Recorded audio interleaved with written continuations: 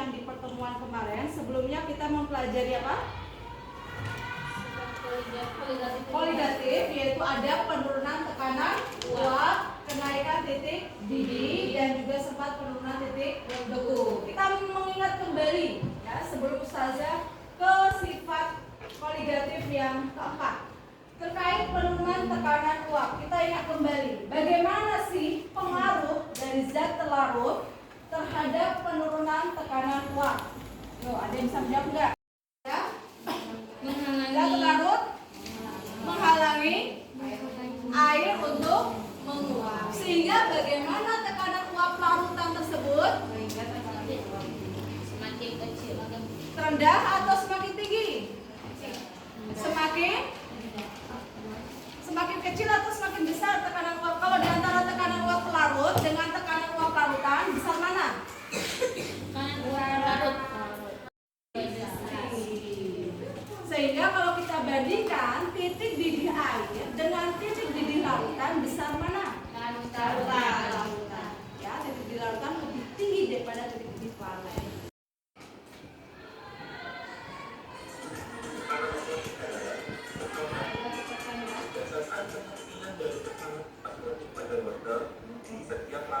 Kita akan mengetahui perbedaan tekanan tersebut pada wortel dalam larutan yang berbeda-beda.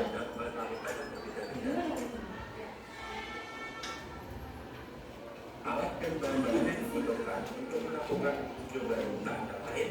Yang pertama adalah kedua wadah yang memiliki isian antara lain air plus 1 sendok makan gula, yang berarti ini adalah larutan gula. Berikutnya adalah yang bertuliskan air, dan berikutnya adalah bertuliskan air plus 1 sendok makan garam, yang artinya ini adalah larutan garam. Yang kedua adalah penggaris. Yang ketiga ada sendok makan. Yang keempat pastinya wortel yang sudah dipotong kecil-kecil menjadi 3 bagian berukuran panjang sekitar 4 cm. Ini diangkat wortelnya. Saya tanya, menurut kalian pandangan kalian bagaimana hasil wortel dikasih air dan gula? Bagaimana? Nggak dirasa ini. Kira-kira wortelnya berubah atau tidak? Berubah. Jadi apa? Kentang. Wortelnya gimana bentuk wortel kira-kira? Kita cek dulu pendapat kalian, nanti kita buktikan sama percobaannya. Ayo, ada yang berpendapat kira-kira lebih lembek. Ada yang bilang ini ada ya. Ada yang bilang dia lebih lembek. Ada lagi? mengembang Apa? Mengembang. ya lembek mengembang Lembek, lembang lagi gitu ya. Oke, ada lagi? Ini sekarang apa? Ada perbedaan enggak? Yuk, ada lagi? teksturnya basah Teksturnya basah. semuanya basah Nares Semuanya basah. Kira-kira tekstur gimana? Kira-kira kalau dari panjangnya, kan diukur tuh tadi awalnya 4 cm, semua dipotong sama 4 cm. Kira-kira dikasih air gula, air biasa sama air garam berubah nggak? Panjangnya lebih pendek yang lebih pendek ya air garam, air gula atau air garam? Air garam. Menurut kalian lebih biasa aja, tidak berubah ya, ukuran tetap. Kalau air gula membesar berarti lebih panjang. Iya, lebih panjang dikit kan? Ya. Kalau air saya wajar. Untuk wortel yang dari Bentuknya tetap dan tekstur dari wortelnya tetap. Artinya dia seperti awalnya. oh berarti yang air Dia tetap ya, tidak ada perubahan. itu dimakan enak kali Ukurannya coba diperhatikan. Panjangnya juga tetap. dan untuk wortel yang direndam oleh air biasa, Dia lebih keras. Lebih keras dan bentuknya lebih mengembang. Ada lebih besar. dan mari kita ukur berapa Coba bisa diukur kira-kira berapa senti. panjang dari wortel ini bertambah sedikit. Ternyata dia bertambah panjang 4,2 cm.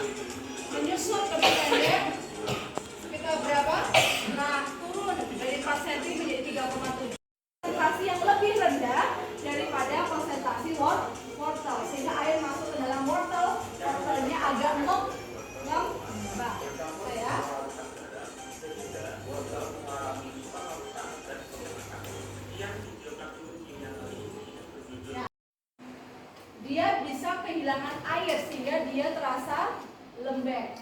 Atau juga dia apabila kita rendamkan ke air lagi dia akan tampak segar. Jadi kalau wortel, ya pernah kalian nggak? Wortel kan masukkan kulkas biasanya dia agak menurun ya. Iya. Kemudian kalian rendam ke air lagi, dia biasanya akan mengembang. Dia jadi segar. Makanya kalau sayur-sayuran itu kenapa dikasih air? Itu biar dia mengembangkan lagi air, kentang, wortel dan lainnya. Nah, kalau timun, kalau dimasukkan lautan garam, dia akan cenderung mengerut kayak acar. Nah, kayak acar itu dia akhirnya langsung mengerut mengecil, gitu ya. Itu karena dia terjadi larutan hiperkalorik. Ke konsentrasi yang lebih tinggi. Osmotik. Osmotik itu sama dengan osmosis. Kalau tekanannya namanya tekanan osmotik. Prosesnya namanya osmosis.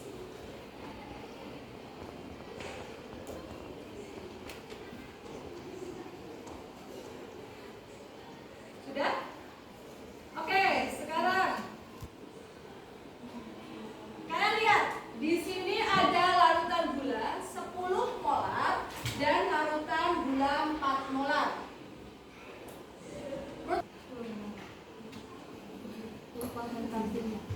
Baru bangun tidur, wajar dia bilang 4 molar. Larutan gula mana yang banyak gulanya, 10 molar atau 4 molar? Semakin besar konsentrasi, semakin banyak zat terlarutnya, dia semakin apa? Seimbang kan? Awalnya encer, tapi karena zat cairnya itu banyak menghilang, maka dia mulai agak pekat, makanya dia bertambah. Sedangkan di sini yang awalnya itu banyak zat gulanya, ketika dikasih air maka dia semakin encer. Paham? Membayangkannya? Sehingga lautan gulanya ternyata sama konsentrasinya, tapi yang berbeda adalah tinggi dari kedua larutannya. Terus bagaimana supaya bisa seimbang keduanya? Maka kemudian osmosis, sehingga nanti kedua tinggi tabung itu dia sama. Seperti ini ya. Ini adalah tekanan osmosis. Jadi kalian lihat dari sebelum osmosis dia memiliki konsentrasi yang berbeda, kemudian yang pindah. Ya, kemudian yang rendah dia pergi ke yang tinggi, ya. Kemudian akhirnya dia memiliki tinggi yang berbeda karena pelarutnya banyak ke yang sebelah sisi sana, kemudian dikasih tekanan sehingga mereka semua seimbang. Ya, itu contoh. Mau dicatat atau tidak?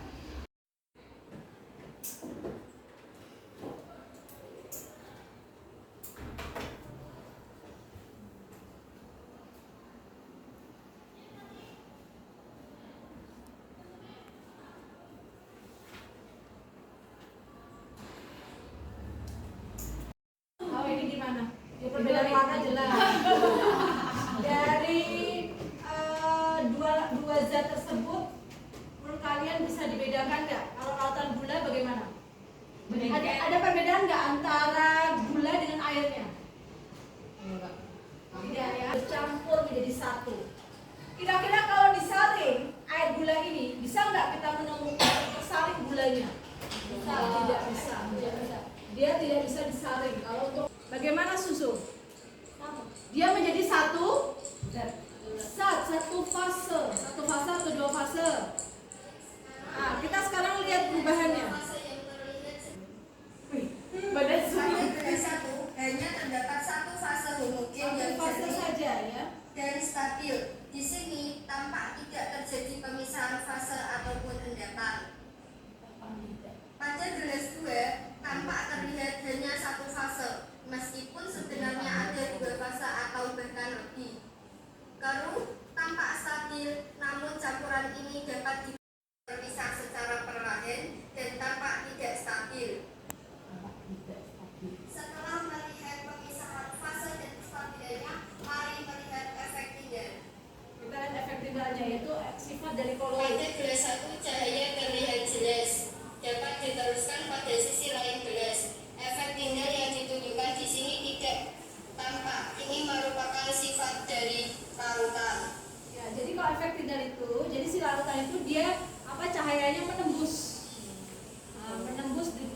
larutan. Jadi itu. Sekarang bagaimana? Cahaya tidak dapat diteruskan menembus sisi lain gelas, Nah, itu tidak bisa menembus melainkan lainnya. dibiaskan ke segala arah oleh. Ya benar, ini adalah koloid. Nah, Dan pada gelas ketiga, cahaya dari senter tidak dapat dilewatkan pada sisi lain gelas. itu kopi ada Ini endapannya. merupakan ciri dari suspensi. Nah, jadi efek Tyndall itu adalah penghamburan cahaya.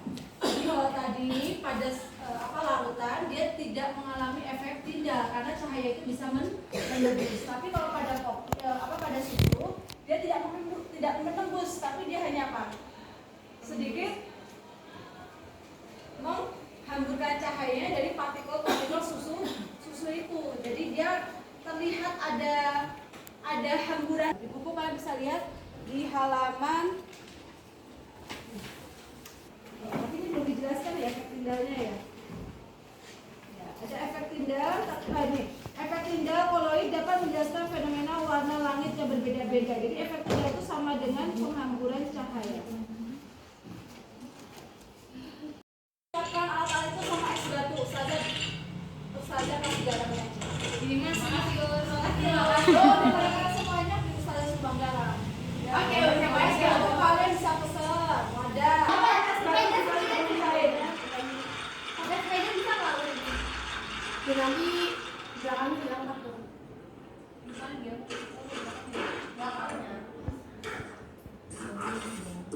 Ini bisa jadi shoot ini dia bawain es yang sudah jadi taruh sini. Jadi Susan aja. Terkait tekanan osmotik dan juga koloid untuk pertemuan minggu depan versi PTS, tapi untuk kita yaitu pembuatan es krim dan juga latihan soal. Ya, latihan soal. Insya Allah di pertemuan selanjutnya kita 2 minggu lagi kita akan melaksanakan ulangan sekaligus PTS. Jadi ulangan tersebut masuk ke PTS juga untuk mapel kimia bab 1 dari asam basa hingga sifat kualitatif dan koloid. Itu aja dari Ustazah, kita cukupkan, kita tutup dengan doa kafaratul majelis. Subhanallah wa bihamdihi.